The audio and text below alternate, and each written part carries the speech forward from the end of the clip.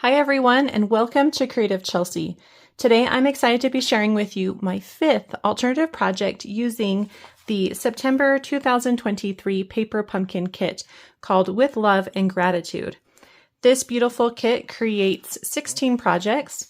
There are enough supplies to make 8 gift boxes and gift cards with a coordinating envelope.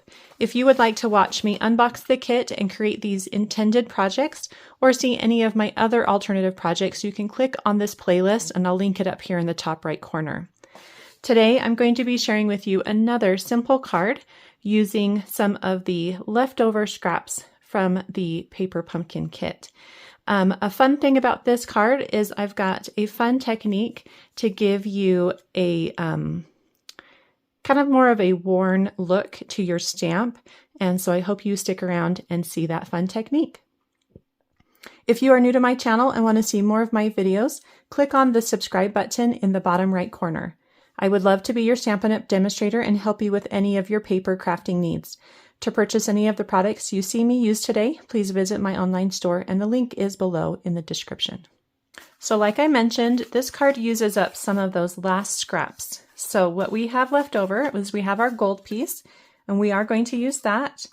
And we are also going to use this larger piece here for our card.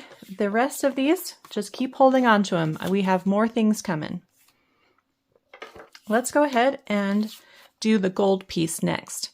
So just like we've done in the past, we're going to cut out the center of this gold piece so that we can use it on a future card. So we're going to do that with a 1/2 inch border. Go ahead and add that with a 1/2 inch on the right side, and then place your paper trimmer in the middle of your cardstock and cut up and down to about a 1/2 inch away from each edge. And then you rotate and continue that process for all 4 sides. And that's going to create this frame, and we can take out the middle and use it on a future card. Just like that. For the box, we are going to use, so this is the paper from the box. We're going to cut this down. We want it to be 4 inches. So this is a little bit on the big side. So I'm going to go ahead and trim it. Let's first trim it to 4 inches, then we know where we need to cut.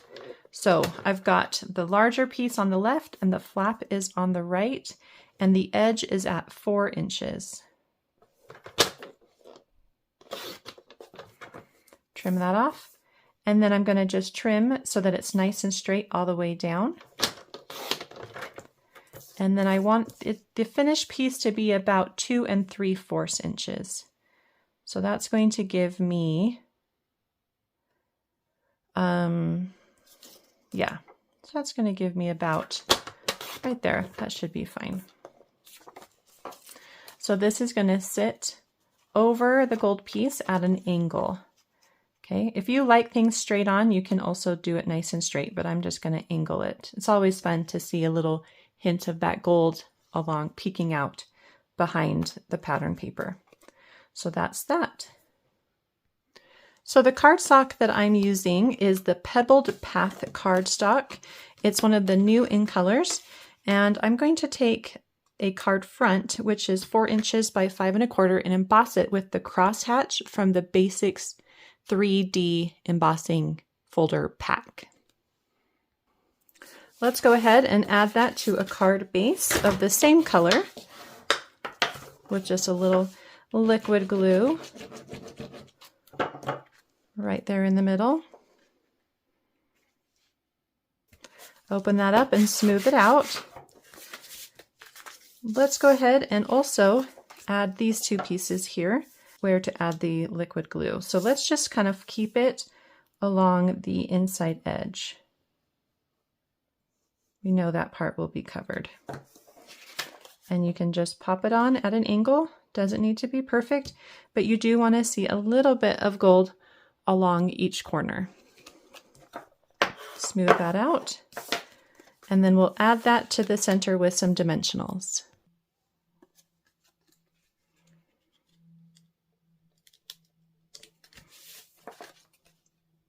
Okay, so it's going to look something like this.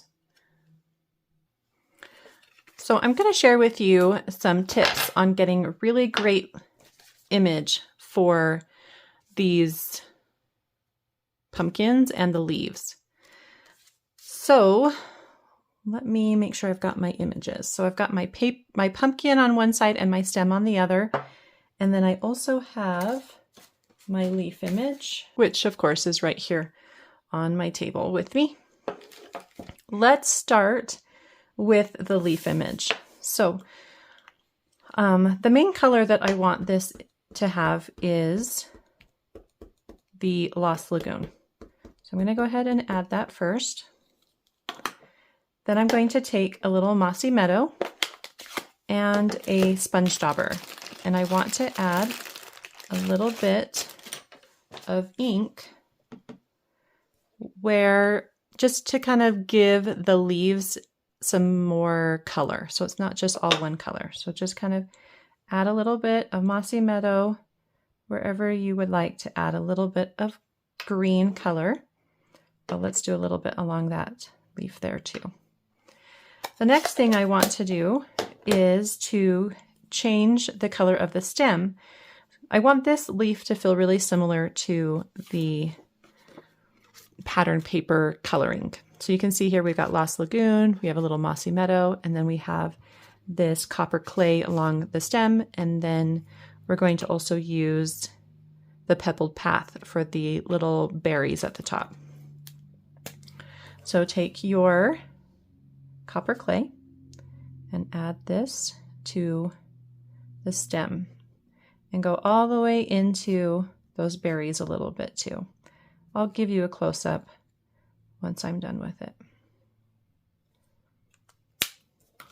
Okay, so it's going to look something like that. And then the berries, go ahead and add that with your Pebbled Path marker. So I like to use the Stampin' Write markers for this technique here. It's really great.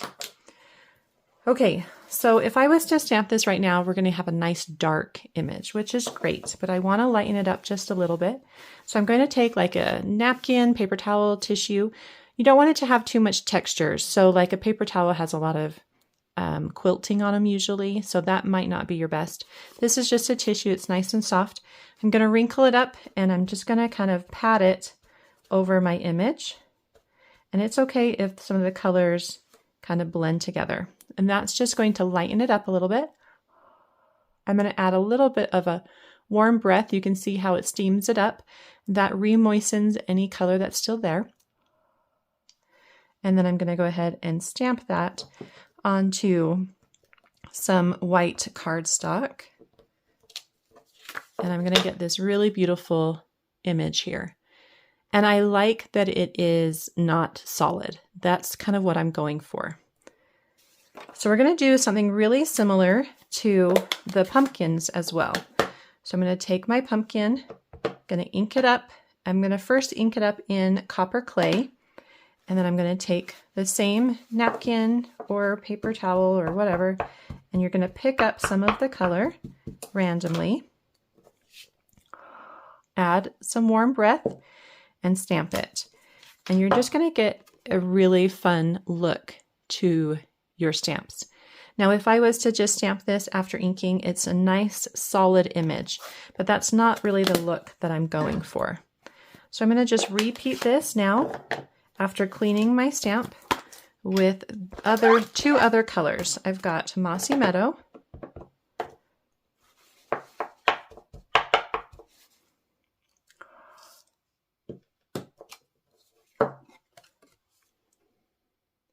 and then I also have Crumb Cake. That Mossy Meadow did come out a little darker than my first one, but that's okay. Let's see how Crumb Cake looks. And you can do this with any 3 neutral colors. There we go. So those are perfect. Then I'm going to take the stem in Mossy Meadow and add that to the middle of each of those pumpkins. So if you're not sure how the stem fits, you do want to just take a quick look at your pumpkin. Do you see how it's wider at the top here? That's where I'm going to stamp the widest part of the image. And it doesn't need to be perfect.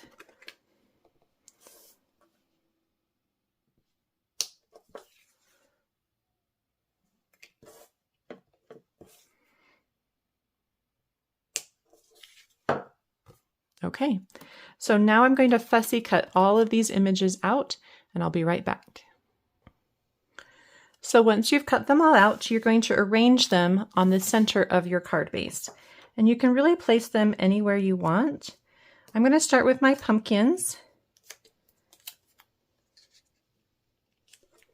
Maybe something like this. And then I'm going to take my leaves and I'm going to actually cut these apart. So the first cut is where I'm going to separate the top from the rest, just right down here. This one I'm going to add near the bottom. And somehow this guy got popped up there. There we go. That's what it's supposed to look like. And here it is on my second card.